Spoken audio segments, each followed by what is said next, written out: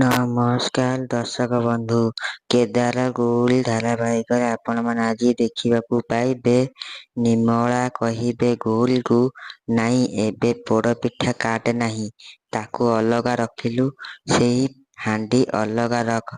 ଶୁଣ, ତାକୁ ଯେମିତି କେହି ବି ନ ଛୁଅନ୍ତି, ହେଲା। ପ୍ରଥମେ ପିଠା ଠାକୁରଙ୍କୁ ଦିଆଯିବ, ବୁଝିଲୁ। ଏହାପରେ ଗୌରୀ କହିବେ, ପିଇସୀମା, ମୁଁ ଜାଣିଛି, ଆଉ ସେଥିପାଇଁ ମୁଁ ତ ଗାଧେଇ ନୂଆ ଲୁଗା ପିନ୍ଧି ପୁରା ପବିତ୍ର ହୋଇକି ଆସିଛି। ଏହାପରେ ନିର୍ମଳା କହିବେ, ହଁ, ଆଜି ସମସ୍ତେ କେବଳ ପିଠା ଖାଇବେ।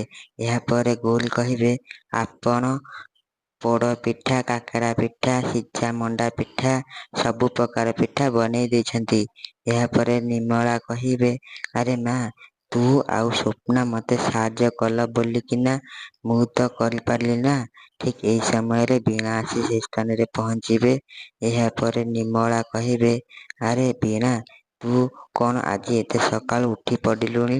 ଏହାପରେ ବୀଣା କହିବେ, ପିଇସୀମା, ଆଜି ପରା ପହିଲି ରଜ।